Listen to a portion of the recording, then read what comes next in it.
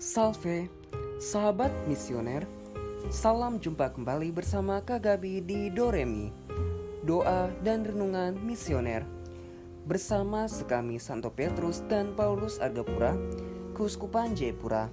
Edisi Jumat 14 Agustus 2026 yang merupakan hari biasa, pekan biasa yang ke-19. Bacaan Injil pada hari ini yang akan kita dengarkan bersama diambil dari Injil Matius pasal 19 ayat 3 sampai 12.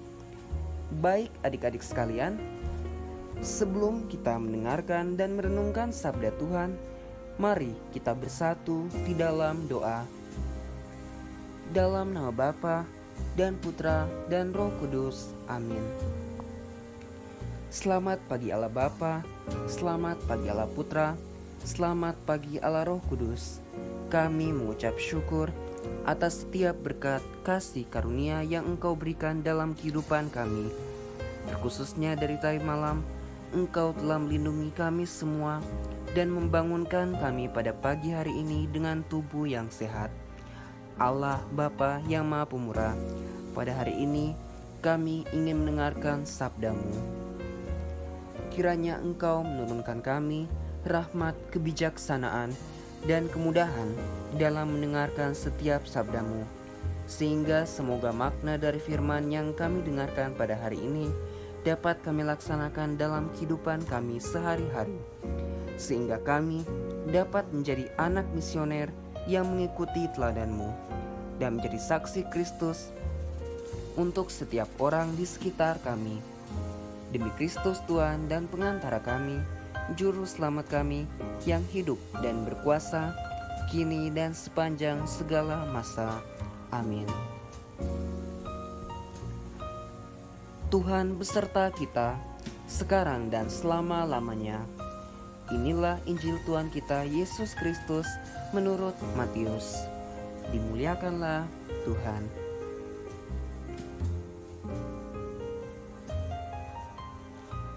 Pada suatu hari, datanglah orang-orang Farisi kepada Yesus untuk mencobai Dia. Mereka bertanya, "Apakah diperbolehkan orang menceraikan istrinya dengan alasan apa saja?" Yesus menjawab, "Tidakkah kalian baca bahwa Ia yang menciptakan manusia sejak semula menjadikan mereka pria dan wanita? Dan Ia bersabda, sebab itu pria akan meninggalkan ayah dan ibunya dan bersatu dengan istrinya, sehingga keduanya itu menjadi satu daging. Demikianlah mereka bukan lagi dua, melainkan satu. Karena itu, apa yang telah dipersatukan Allah tidak boleh diceraikan manusia." Kata mereka kepada Yesus, "Jika demikian, mengapa Musa memerintahkan untuk memberikan surat cerai jika orang menceraikan istrinya?" Kata Yesus kepada mereka, "Karena ketegaran hatimu, Musa mengizinkan kalian menceraikan istrimu. Tetapi sejak semula tidaklah demikian.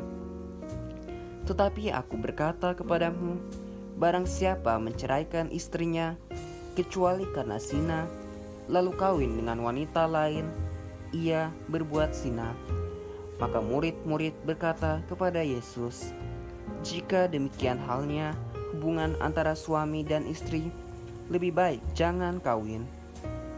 Akan tetapi, Yesus berkata kepada mereka, "Tidak semua orang dapat mengerti perkataan ini, hanya mereka yang dikaruniai saja. Ada seorang yang tidak dapat kawin karena ia memang lahir demikian dari rahim ibunya. Dan ada orang yang dijadikan demikian oleh orang lain. Dan ada orang yang membuat dirinya demikian karena kemauannya sendiri. Demi kerajaan surga, siapa yang dapat mengerti, hendaklah ia mengerti." Demikianlah sabda Tuhan. Adik-adik sekalian terkasih, dalam Injil hari ini beberapa orang datang kepada Yesus dan bertanya tentang pernikahan. Yesus menjelaskan bahwa sejak awal Allah menciptakan laki-laki dan perempuan untuk saling mengasihi dan hidup bersama dengan setia. Tuhan ingin keluarga dipenuhi kasih, kesetiaan, dan saling menghormati. Mungkin kita berpikir, aku kan masih anak-anak, apa hubungannya dengan aku? Walaupun kita belum menikah, kita tetap bisa belajar tentang kesetiaan. Setia berarti melakukan hal yang baik dengan sungguh-sungguh dan tidak mudah menyerah. Misalnya, setia berdoa setiap hari, setia datang ke gereja, setia membantu orang tua, dan setia menjadi teman yang baik. Jika sejak kecil kita belajar setia dalam hal-hal kecil, nanti kita akan menjadi orang dewasa yang dapat dipercaya dan bertanggung jawab. Yesus juga mengajarkan bahwa kasih yang sejati bukan hanya diucapkan dengan kata-kata, tetapi ditunjukkan melalui tindakan nyata setiap hari. Adik-adik misioner yang terkasih, terdapat contoh dalam kehidupan kita sehari-hari. Misalnya, tetap berdoa setiap pagi maupun malam, ataupun berdoa setiap harinya, walaupun sedang sibuk bermain atau kita sedang sibuk terhadap pekerjaan-pekerjaan lainnya. Kemudian, kita juga bisa menepati janji kepada teman. Misalnya, kita dapat mengembalikan buku yang dipinjam tepat waktu. Yang ketiga, mungkin kita dapat membantu orang tua untuk merapikan rumah tanpa harus diingatkan. Lalu, yang keempat, kita dapat tetap menjadi teman yang baik, tidak meninggalkan teman hanya karena ia sedang mengalami kesulitan. Lalu yang terakhir, kita dapat rajin mengikuti kegiatan sekami dan belajar tentang Yesus. Adik-adik misioner yang terkasih, berdasarkan bacaan yang telah kita dengarkan bersama, terdapat beberapa pesan yang dapat kita renungkan dalam kehidupan kita sehari-hari. Yang pertama, Tuhan mengajarkan kita untuk menjadi anak yang setia. Yang kedua, kesetiaan dimulai dari hal-hal kecil setiap hari. Yang ketiga, anak yang setia akan dipercaya oleh orang tua, guru, dan teman-temannya. Dan yang terakhir, dengan hidup setia, kita menunjukkan kasih kita kepada Tuhan dan sesama. Semoga demikian. Amin. Mari kita mendoakan doa anak misioner Indonesia. Tuhan Yesus, Engkau diutus Bapa menjadi berkat bagi dunia, menjadi juru selamat bagi manusia.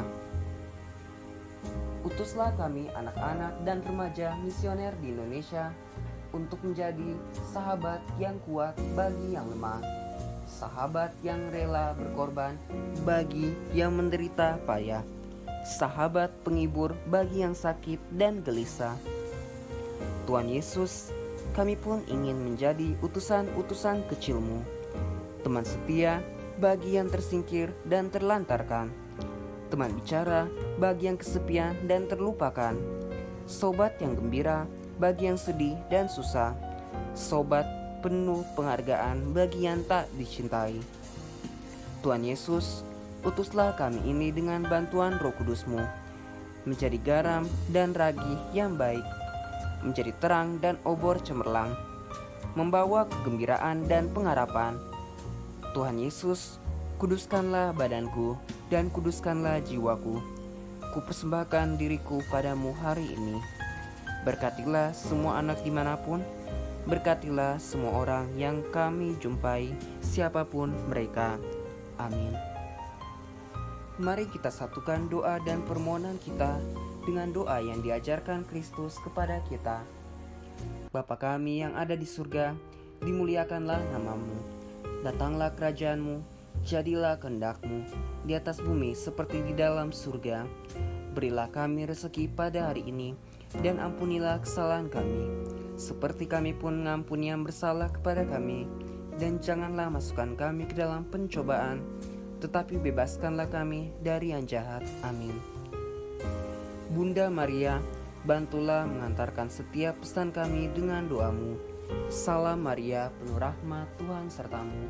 Terpujilah engkau di antara wanita, dan terpujilah buah tubuhmu Yesus. Santa Maria, Bunda Allah, doakanlah kami yang berdosa ini, sekarang dan waktu kami mati. Amin. Kemuliaan kepada Bapa dan Putra dan Roh Kudus, seperti pada permulaan, sekarang, selalu, dan sepanjang segala abad. Amin. Terpujilah nama Tuhan Yesus, Bunda Maria dan Santo Yosef, sekarang dan selama-lamanya. Amin. Mari adik-adik sekalian, kita memohon berkat Tuhan. Tuhan beserta kita, sekarang dan selama-lamanya. Semoga kita sekalian, anak-anak misioner, keluarga-keluarga kita, sahabat-sahabat kita, bunda-bunda dan kakak-kakak senantiasa dibimbing, dilindungi dan diberkati oleh Allah Bapa yang Maha Kuasa, dalam nama Bapa dan Putra dan Roh Kudus. Amin. Sampai jumpa adik-adik sekalian di Doremi edisi selanjutnya. God bless you.